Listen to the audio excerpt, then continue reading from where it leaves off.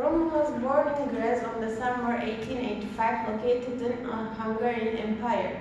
His father was declared insane, and when Roman was 3 years old, his mother married to an Estonian nobleman, and they moved to Rivol, located in Russia.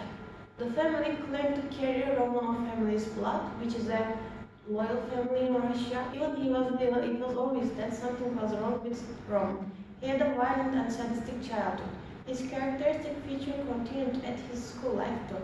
He was not a bright student, and his violent action led him getting expelled from school. After this event, his father enrolled him into the Marines Academy to handle it. But it didn't make any difference on Roman's character. In 1905, he quit the Marine Academy in order to take duty in Russian army since Russo-Japanese War was taking place. When he arrived, not much happened since the front was pretty much a stalemate. However, the importance of this event was that he experienced the Far East. He went back to St. Petersburg and enrolled in the Pole 1st Military Academy as a cavalry cadet. After his graduation, he served in the 1st Argum Regiment of the Baikal Cossacks under General Rennenkampf. Roman and his regiment were stationed in Lake Baikal in Siberia. Their main duty was to ride border patrols to chase off bandits and smugglers. In there, he got to know and meet local people, especially the Mongols. He admired their military heritage and Eastern religions and tried to learn them. Although he was a Christian, he was heavily influenced by Buddhism and local shamanistic religions.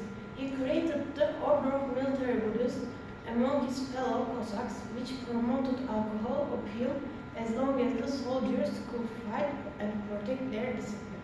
In those years, the first time he became very successful what he was doing.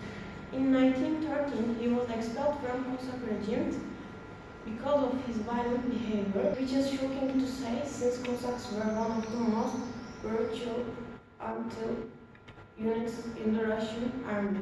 However, he didn't stay away from military for too long because a year later, First World War would break out. Before the First World War broke out, Sternberg was serving in a Cossack regiment. However, he was expelled from there because of his violent behavior. But with the outbreak of the First World War, he was reinstated into the Russian army and he was sent to the Eastern Front as a part of Cossacks again. In Eastern Front, Russia was fighting against Germany and Austro-Hungarian Empire. Sternberg was serving in a Cossack cavalry unit. In Eastern Front, Sternberg experienced brutal, bloody and stupid parts of the First World War, where his cavalry unit was making suicidal charges against entrenched enemy positions which were supported by artillery and machine guns. His cavalry unit's casualties were much higher than the rest of the Russian army.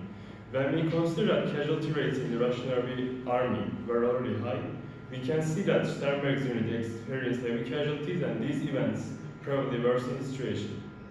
He actively participated in the invasion of East Prussia, the Battle of Tannenberg, the Battle of Galicia, and in the fightings in the Carpathians. He was wounded 5 times in these battles, since he was voluntarily participating as a spearhead in these cavalry charges.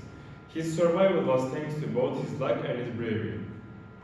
As a Cossack, he was actively participating in raiding parties and hit-and-run tactics, which took place deep behind the enemy lines and trenches.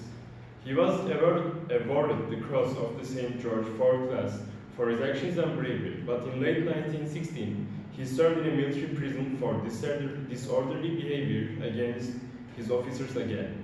After serving his sentence, he was assigned to General Pyotr Ranger's army in Lake Urmia, now in northern Iran. He was stationed in there until the Russian Civil War broke out.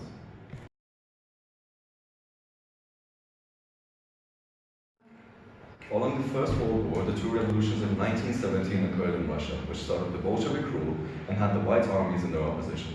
During that time, the revolution occurred. Sternberg was stationed near Lake Urmia, which is located currently in northern Iran.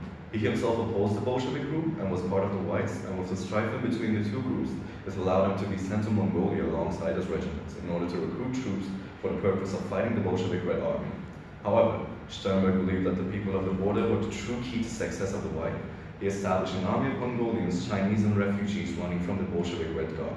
With his army constructed, he began running raids on Bolshevik estates, gathering arms and ammunition, and eventually setting up his own rule with violence as the main component of keeping order. No matter though, as sometime after Sternberg began to drift apart from the other white leaders due to varying viewpoints and ideologies. After his falling out with the other white commanders, he began his move as the general of the National Liberation Movement of the Mongols, aiming to unify the people of the inner and outer Mongolia and freeing them from the Chinese rule. He found success and took the Mongolian capital and kept on fighting the Red Army until his capture and execution as a result of the mutiny of his followers.